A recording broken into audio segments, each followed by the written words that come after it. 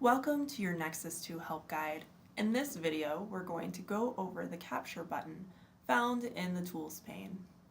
Within the capture button, we're going to step through all the aspects of this button, including trial type, next trial setup, data source setup, auto capture setup, post-capture pipeline setup, and capture.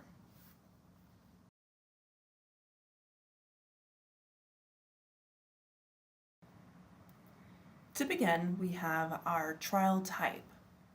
Very similar to our Resources pane Systems tab, where we can have a variety of different system files. Over here in our Tools pane Capture button, we can have a variety of different trial types. So anything that we customize below, such as in the data source setup, the auto capture setup, etc., we can classify as a specific trial type.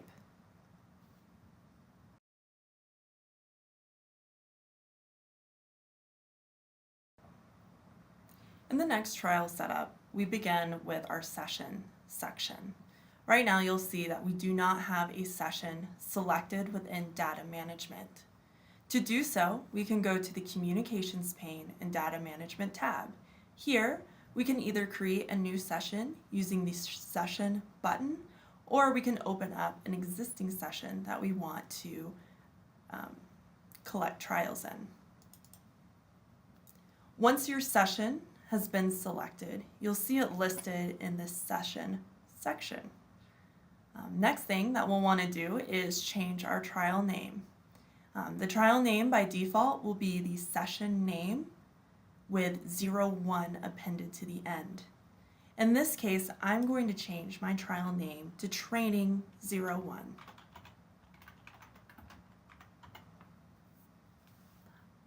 Something that Nexus will do for you is it will auto-increment your trial numbers for you.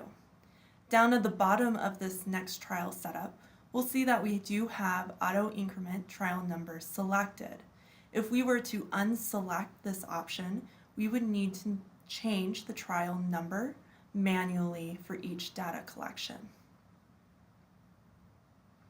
Now that we have our trial name, we could go ahead and add in any descriptions or notes that we would like to for this data collection.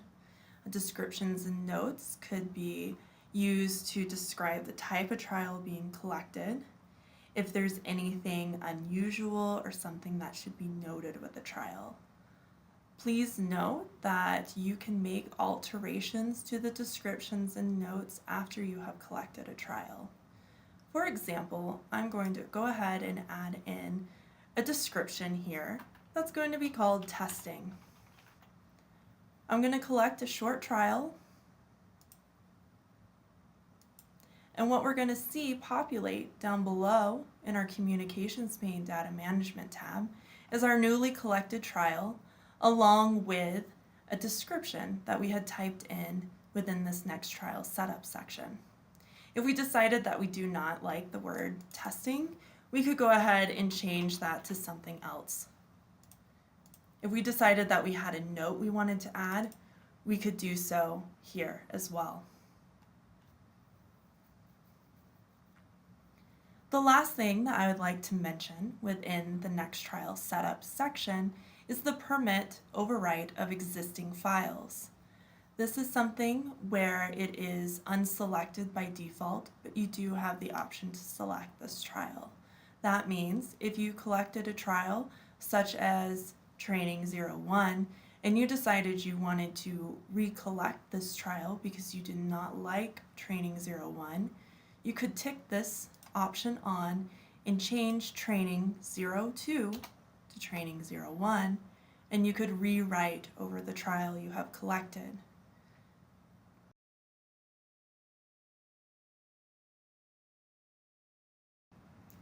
The data source setup section is where you get to pick and choose which sources you would like to collect data from within this trial type. These options include device data, optical camera data, or video camera data.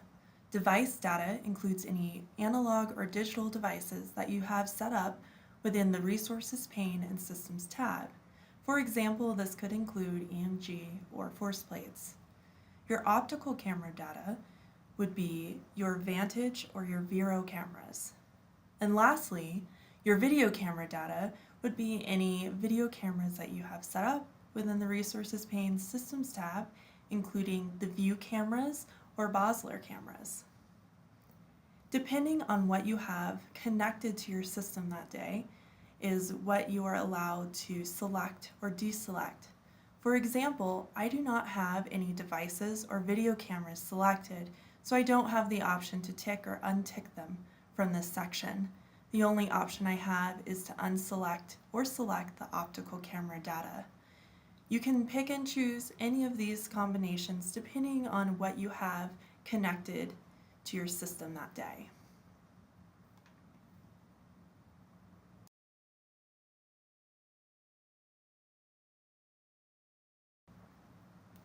The Auto Capture Setup section is a great place for you to control the start and stop of your trials, as well as the length of your trials. Let's begin by looking at the Range section. In this section, we have an option to capture before start, as well as stop after duration. I have set up an example for us. Here, we'll see that I clicked on Capture Before Start, 3 seconds. This means if I arm my system by hitting the arm button, Nexus will start buffering 3 seconds of data for me. Thus, when I hit start, the 3 seconds of data that has been buffered before I hit start will save and then continue on with collecting the rest of that trial until I hit stop.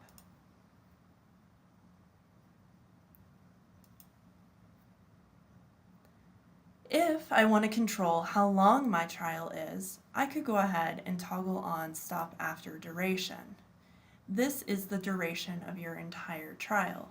So for example, I'm going to go ahead and change from 1 second to 10 seconds.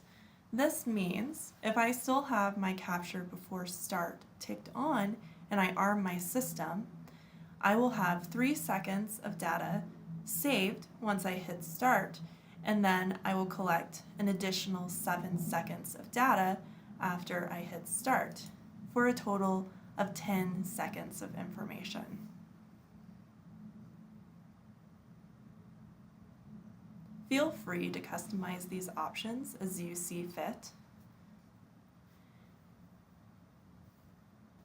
Within our triggers, we can see 2 options: Start on Labeling Percentage and Stop on Labeling Percentage. This labeling is based upon the template that you have attached to your calibrated subject. A good use case of this is a subject that is walking through the volume, that is, into the volume and back out of the volume. If you would like Nexus to start automatically for you, you can tick on the Start on Labeling Percentage and pick what percentage makes sense for your data. In this case, Nexus will not start data collection until 90% of my subject is labeled. If we would also like Nexus to stop automatically for us based on labeling, we can tick on Stop on Labeling Percentage. In this case, Nexus will stop data collection when only 65% of my subject is labeled. This is a good way for you to auto-crop your trial based on when your subject is in the volume.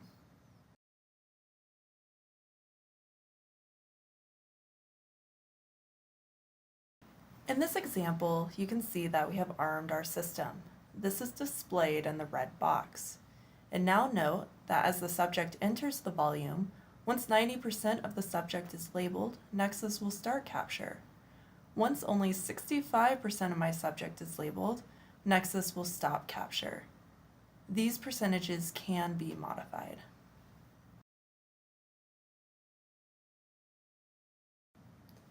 Within the advanced properties, we can see several other options. The first item we see is Start and Stop on Remote Trigger. This remote trigger can be a signal coming from your Lock Plus. The remote trigger could also be a monitor you created from the Monitors tab. Next, we have Start and Stop on Timecode.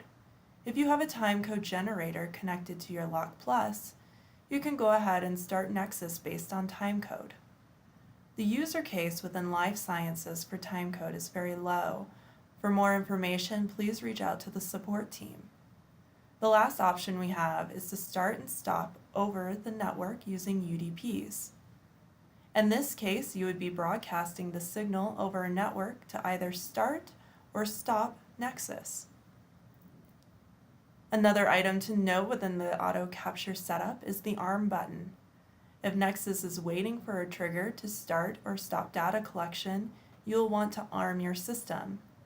Nexus will then be armed and waiting for said signal to start/stop your trial. Note the lock icon to the right of ARM. If this is selected, Nexus will automatically arm as soon as data collection is stopped, thus waiting for the trigger again to start or stop your data collection.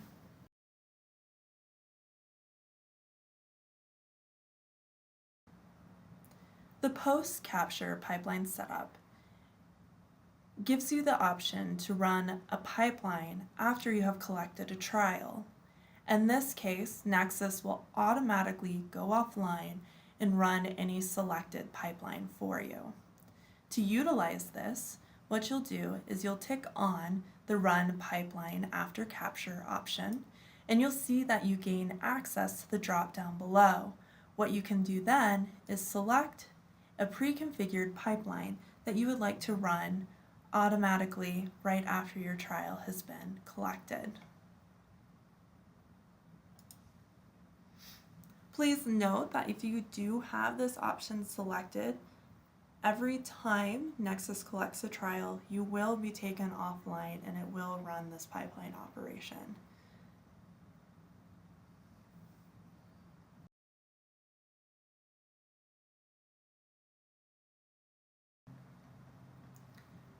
Lastly, we have our capture section. This is where we can manually start and stop data collections. There's a couple items I'd like to point out. On the bottom right, we have the ability to see our trial's length in seconds, and on the left, we can take a look and see our frame count as well. I'm going to go ahead and manually start data collection. You'll see the frame count change as well as our time in seconds. One more item to take note of is in Nexus 2 during data collection, you will see a red flashing dot that indicates you are capturing data.